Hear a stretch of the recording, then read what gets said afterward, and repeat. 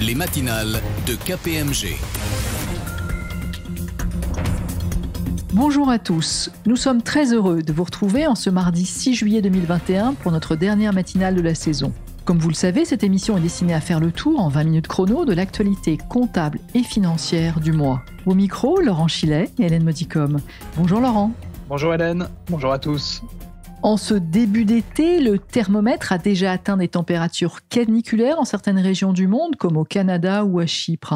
En effet Hélène, c'est comme pour nous rappeler que le changement climatique est déjà à l'œuvre. À ce propos a été publiée il y a quelques semaines la nouvelle directive européenne sur le reporting extra-financier.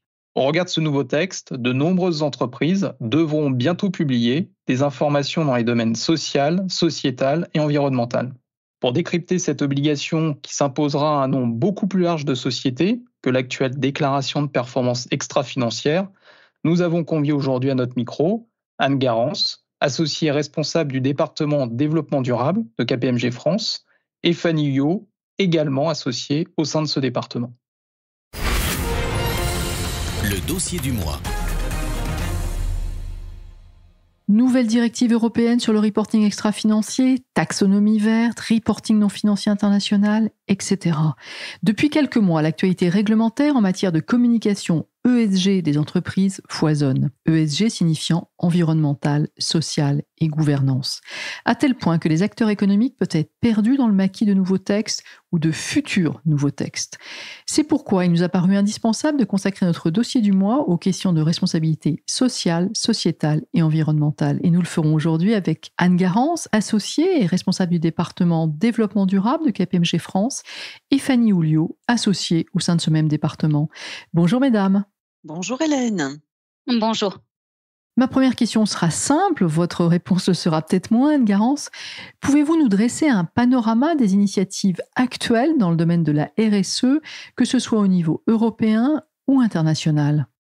Oui, alors elles seraient trop nombreuses pour être énoncées exhaustivement, mais si je devais choisir 3 initiatives, eh bien je citerai en premier lieu l'Union européenne qui prépare actuellement une directive sur le devoir de diligence, dont l'ambition serait de mieux gérer les risques sur l'ensemble de la chaîne de valeur de l'entreprise, dans les domaines de la santé, de la sécurité, de l'environnement bien entendu, et les droits humains.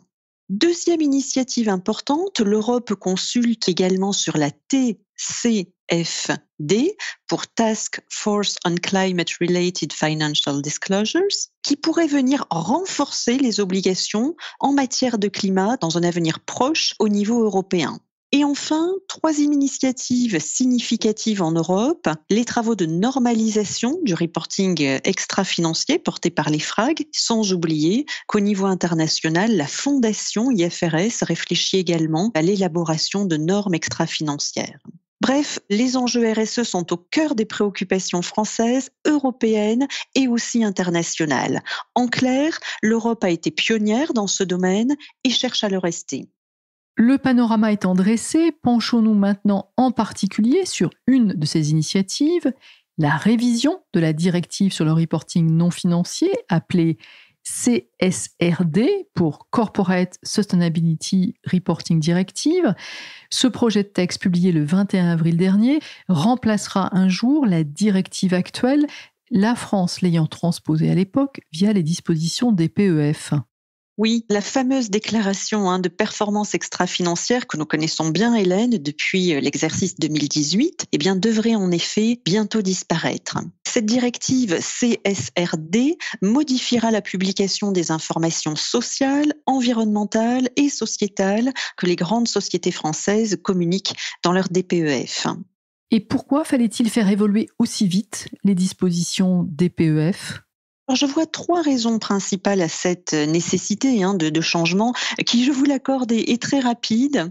La première, impliquer les entreprises européennes dans l'engagement pris par l'Europe pour l'atteinte de la neutralité carbone à horizon 2050. De fait, la directive CSRD accorde une attention particulière aux enjeux climatiques et requiert que les entreprises visées présentent leur stratégie climat et démontrent la compatibilité de leur stratégie avec l'objectif de l'accord de Paris de limiter le réchauffement climatique à 1,5 degré.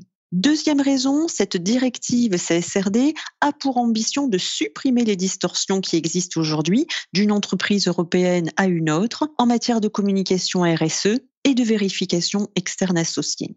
En effet, si les transpositions de la directive européenne de 2014 étaient très variables d'un État membre à un autre, eh bien, les entreprises européennes seront désormais logées à la même enseigne.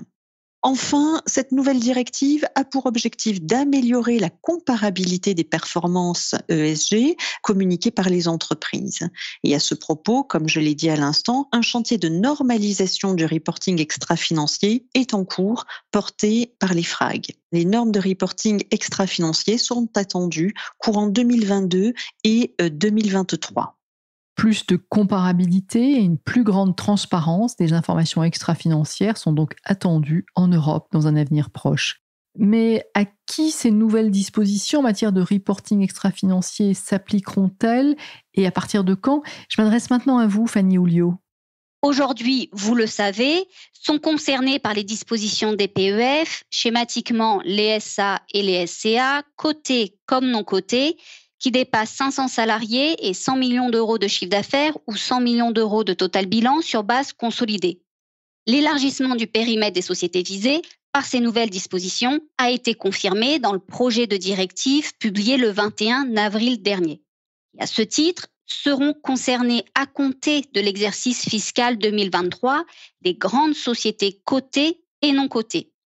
Grande société, on entend une entité qui dépasse 2 des 3 critères suivants sur base consolidée, à savoir 20 millions d'euros de total bilan, 40 millions d'euros de chiffre d'affaires, 250 salariés.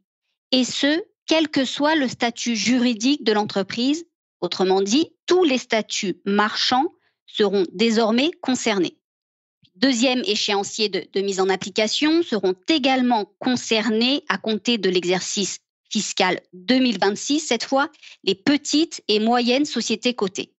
Demain, globalement, on estime que plus de 50 000 entreprises européennes seraient visées par cette nouvelle directive, alors qu'aujourd'hui, seules 12 000 sociétés le sont. Un périmètre qui s'élargit donc de manière très significative. Quelles seront les nouvelles obligations des entreprises européennes en matière de publication et de vérification de leurs informations extra-financières ? Les obligations, elles consistent, pour les entreprises visées, à établir un rapport de durabilité. Nous ne parlerons plus de déclaration de performance extra-financière.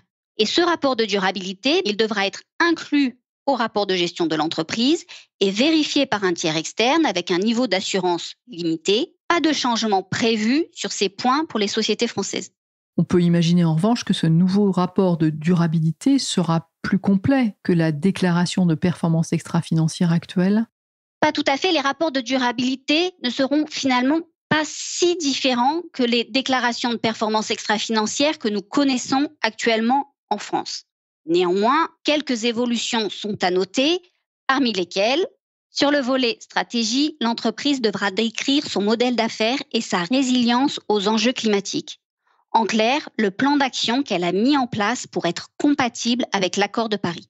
Elle devra aussi préciser le rôle de la gouvernance, sa composition et son implication dans le développement durable, avec à la clé, on imagine, une question de responsabilité. Sur le volet politique, l'entreprise devra afficher les objectifs associés aux politiques de gestion des risques RSE. Et enfin, sur le volet résultats, le rapport de durabilité ne se contentera pas de présenter les résultats et les progrès accomplis au cours de l'exercice écoulé, mais devront également être présentées des informations prospectives. Voilà les changements sur le fond. Dans la forme, je précise que ce rapport de durabilité devra être digital.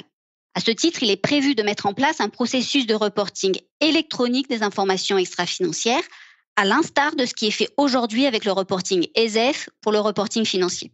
Quelles seront les thématiques extra-financières abordées dans ce rapport de durabilité et sont-elles vraiment différentes de ce que l'on connaît aujourd'hui ? Tout d'abord, il faut bien comprendre que ces rapports de durabilité devront être structurés en 3 parties. Une première partie sur la stratégie, une deuxième sur la description des politiques et enfin la présentation des résultats associés. Sachant que les risques RSE qui se devront d'être adressés dans ces rapports de durabilité porteront sur les questions environnementales, sociales et de gouvernance, selon les 3 piliers de l'ESG. Si on rentre un peu plus dans le détail, le pilier environnement couvrira les 6 thématiques de la taxonomie verte européenne, à savoir notamment l'atténuation et l'adaptation du changement climatique, la préservation des ressources ou encore la biodiversité, pour en citer quelques exemples. Sur le pilier social, les thématiques sont somme toute assez classiques. On y retrouve l'équité dans l'accès au marché du travail, les conditions de travail ou encore les droits humains. Mais c'est sur le pilier de gouvernance que nous constatons le plus d'évolution.